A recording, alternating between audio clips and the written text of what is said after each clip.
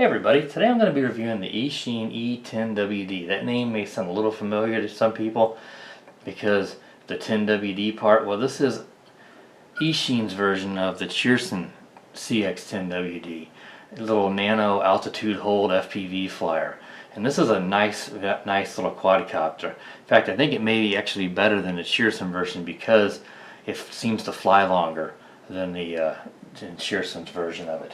Like I said, it has altitude hold. It flies really smooth. It holds its altitude very good. It's got blue LEDs in the front, and it's got red LEDs here in the back, and they are quite bright. So it's easy to see, especially flying inside. Now the camera is just a 0.3 megapixel camera that broadcasts through the FPV antenna here back to the Eachine UFO app on your phone for your FPV feed and to record video, or to take a photo snapshots of the videos, what the app does. So yeah, it's just a neat little quadcopter. Now the box says on here that it is an HD camera, and it's not an HD camera. I'm not sure why it says that because it's 0.3 megapixel. Even if it were HD, it's broadcasting back an SD VGA version to the app, 640 by 480. So it is not HD, but it does record good quality video. The video quality is not bad for recorded from your app to the Wi-Fi feed. You know, there's no SD card slot. There's no way to record this locally to the quadcopter, which is obviously the preferred way of doing stuff if you can. It is light. It weighs the same as the Cheerson's version. They both weigh 19 grams, so no difference there. But there are small differences. I don't have my Cheerson up here with me. I probably should have brought it, but there are differences on the bottom. There's a little bit design differences. These screws and holes, I think, are a little different spot on the Cheerson. So it's not identical. And there's certainly one major difference, and that is that this battery compartment here, when I get a little closer, this actually is removable. So you can take this off and pop another one on if you want to buy another one from Banggood, because Banggood is the only one who sells the Eachine brand. That's their house brand. Or if the battery goes bad, I'm going to go ahead and try to pop it off here, and I'll show you. Just pull back and the battery pops off, and there's the two positive and negative connectors, and there's these little spring out connectors on it, and it just slides up in there and it pops back on. So and there's the battery back on. So that is a big plus for this over the Cheerson version, because you don't have to worry about tossing this in the trash if the battery goes bad. You can replace it easily by buying a spare one. Let's see here. Let's look at my notes here. It comes, I don't know if I said the battery size, it's 150 milliamp battery. So according to the spec notes, I can't read this battery in there. Well, you can read it now. It does say 150 right up there. I don't know if it'll focus in. I didn't notice that earlier. But that's what the notes say also, and that's what the note for the Cheerson version also says. I'm getting about 4.5 minutes flight time with this. That includes about a 10-second low voltage cutoff on it, and it'll start to come down. So it's not a very long low voltage alarm before it starts to land. It comes with a full one molded piece prop guard that I'm not a fan of prop guards at all, and this one I'm not a fan of either. It does work well, so it may sound odd saying that. You just put it onto the legs here, and it just snaps up on the undercarriage here. And it does do a good job of protecting the props. So as I'm flying it with the prop guard on, I was able to bounce off walls and such, and so it does do its job. The reason why I don't like it is, for one, it does decrease the flight time, though that's not a huge deal. So I'm getting 4.5 minutes. I got, maybe 4 minutes one time. Other time it seemed like it was less. I didn't time it, so it could have just been my imagination. But as you can see here in front of the camera, where the bar is, this actually shows up in your FPV feed. And I've tried to kind of bend it up. You might be able to rig something up to bend it up, but it already affects the flight enough. I wouldn't do anything else to it. So you do get that across the top of your video, your FPV feed, so that's a negative.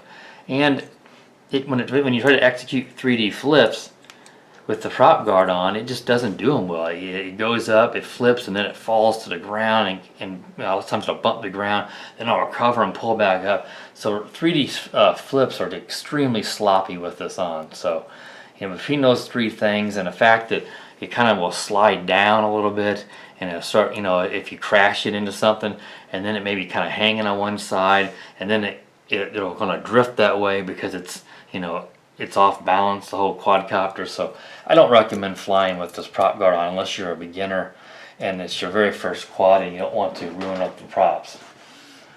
Let's see here. It comes with you know, a standard Cheerson type, and that's why I say they use all these. SEMA does also use one similar on their Nanos. This little USB charging cable that plugs into the side here, and does have an on and off switch on it. Let me get it around to the right side here.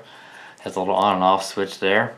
I'm always a big fan of on and off switches on any of these, and it plugs in right there. So that's where you plug it in and then charge it up, and the light will turn off when it's plugged in, and then once it's charged full, the light will come back on. It takes about 45 minutes to charge it all up, so not too long. You can charge it up pretty quickly and be off to fly again for 4.5 minutes. It also comes with a full set of props. It's got those green ones for the front and black in the back. It also helps with the orientation, and a Phillips screwdriver and a couple of Phillips screws in there. One of them's for the back of the controller if you want to lock out so the batteries, the kid doesn't get into the batteries. I don't have I took the Phillips out and left it out. It takes 2 AA batteries. Let's go over the transmitter now. The transmitter, you know, yeah, the sticks are a little short but not bad, especially for a thumb flyer, but a pincher could just certainly still do it. It's got your roll trim and your pitch trim here.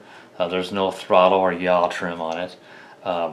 Whenever you do turn it on, you do need to bind it before you mess with the app, because if you wait around to do the app and then come back, turn on the controller and then go to bind it, it won't, you know, it'll do that, but the quadcopter's lights will never go solid and bind. So it does have a time limit for you. I don't know how long it is before you can bind the controller. So bind that first, get it all turned on, then go to the app, which we'll cover in just a moment.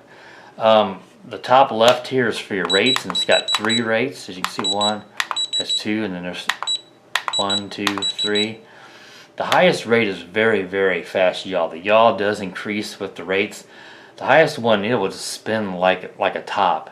And I found indoors that to be a bit difficult to fly in the highest rate because it's so easy to lose your orientation because it spins around and trying to locate the camera and the lights for the front. I would not recommend flying the highest rate indoors unless you are flying in a very large open area or outside on a very calm day.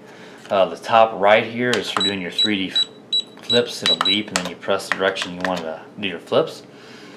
The pushing on the right stick, that enters you into headless mode, and then you press it again and on the stick to take you out of headless mode. And to press it on the left stick, that actually starts up your props. Now it does not do auto takeoff despite having altitude hold. So you press that in, it will fire up the props, they start to spin, then you just barely push up and take off. You need to be careful, you push up too much, if you're indoors, you'll dart up to the ceiling. But it does auto land, so if you press that in, you want to land, it'll come down and land on the ground just like the Cheerson CX-10WD. So you do have to manually take off. That is one of the other differences between the Cheerson one. Now your phone goes into here. Now I've got my case on my phone. It's not going to fit into many of these anyway, but my phone has a curved back to it, and it does not work well with this phone holder. Now mine's an LG G4. If you have, most phones are going to work just fine with this.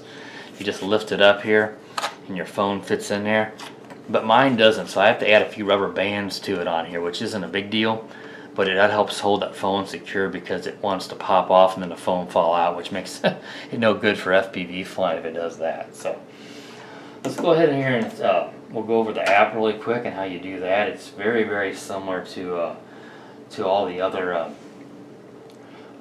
ones that are out there. I think it maybe by the same person. So you just obviously you're going to turn on the drone. Let me see if I can get it flipped on here. And then you're going to go into your into settings on the phone, and you'll look for the Eachine UFO to show up. There it is.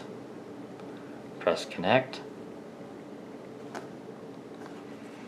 And once you do that, you're just going to scroll over and find your Eachine UFO app. Now I tried the CX-10 Cheerson app and it doesn't work with that, so you do have to use all the Eachine stuff in case you happen to own that one also.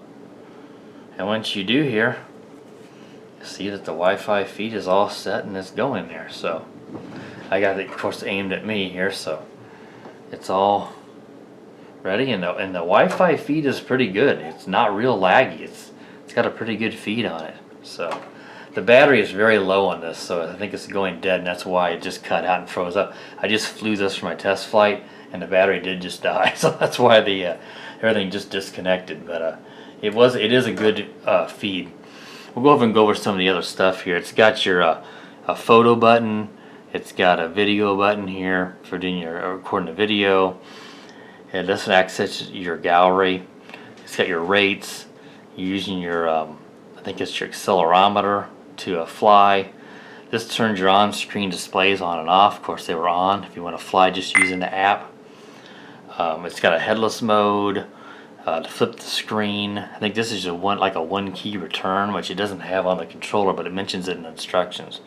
And there's a 3D. You get your trim buttons. It has an automatic takeoff and automatic landing, which I think you have to have the app connected to the Wi-Fi, but the controller can't be, otherwise these features won't work. So that goes over that. So like I said, it just froze up right now because the battery went dead on the CX-10WD. So that's what the main menu looks like on it. You just press the play. For some reason, I guess I just had it going, it went straight into the FPV screen. So it does have some settings in the menu here if you want to go through those.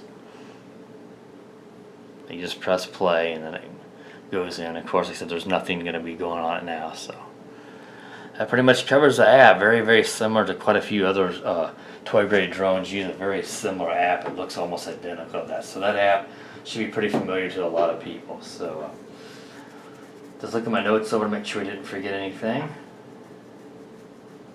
I think that pretty much covers it all. Neat little quadcopter, and very sporty in the highest mode. Takes good video for a 0.3 megapixel, and the removable battery is a big plus. I really like that. At this price point to have that removable battery, you don't see that too much in the Nanos. So even though it's not, you have to buy the entire thing, it's not going to be very expensive. So I think that pretty much covers everything. So let's go ahead now and we'll move along to the flight review. Alright, back with the flight review of the Eachine E10WD. This neat little nano quadcopter that's very, very similar to the Cheerson CX-10WD. There are some differences, most notably this battery bay that actually is removable. It slides on and off, so you can buy a replacement from Banggood, who makes the Eachine line, and replace the battery, so you don't have to replace the whole quadcopter if the battery goes bad.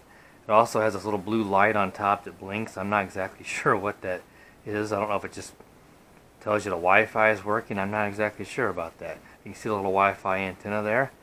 I've already got it bound to the controller. What you need to do first, you need to bind it to the controller. Then you go in, connect it to the app. So I've got it connected to the app here, and you can see the Wi-Fi feed here, and it is very good right now. It's not laggy like some of them. Of course, I'm very, very close. The farther away you go, the more laggy it's going to get. Now, this controller is a little different than the Cheerson CX-10 controller. You know, it's kind of all-on-one with a compartment. This one has a little phone holder, and my LG G4 has a curved back, so it doesn't fit this controller phone holder very well. So I've got some rubber bands on here to help hold it into place. But most phones, you know, they don't have that curvature, are going to fit into this just fine. Just happens to be my phone doesn't fit onto it particularly well. So I'm going to go ahead and start filming here, recording video, I should say. You know, it just records to your phone the Wi-Fi feed, so it's not high definition. It's only a 0.3 megapixel camera, so it is just a 640 by 480. But it looks pretty good, actually. Very similar to the Cheerson CX-10WD. It also has a good, you know, locally saved video on the phone. Looks pretty good for it. Usually that video is pretty bad, but not in this. For this quadcopter, it's not. So go ahead and start recording here. Just hit the video icon, and you just press down the left stick, and that unlocks the props. And then you have to manually take off. Now, if you want to land it, you press that same button, and it does auto landing. So it doesn't do auto takeoff. And it says altitude hold, so it's a nice flying quadcopter, especially for indoors. You can see very, very steady and holding its altitude nicely. Now, there's a yaw in the lowest rate, and with these little sticks and that, it's hard to get it to spin in place. It kind of drifts around as I'm holding the yaw to the left.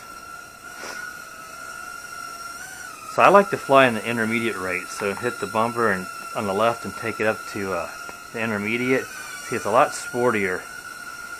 And see, the yaw is a lot better. It doesn't drift as much, and it's just right. Now, the highest rate has a very, very, very fast yaw, and I found it to be hard to fly in the highest rate indoors, especially in a small area. If you have a really large area in your house, it's going to be fine. I'm going to go ahead and just demonstrate that. So I'm going to try to get it in the middle the most I can, and you can see now it does spin in place. I'm going to try not to bang into the wall there. So you can, it doesn't drift around when you're doing the yaw much there. I'll try to bring it back here.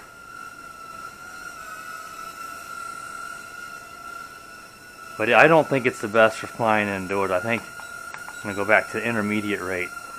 That one, the yaw is much more manageable, especially in a small area.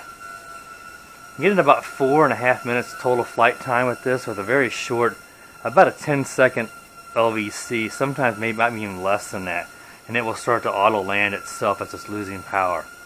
So let's go ahead and do some flips here while we get plenty of power.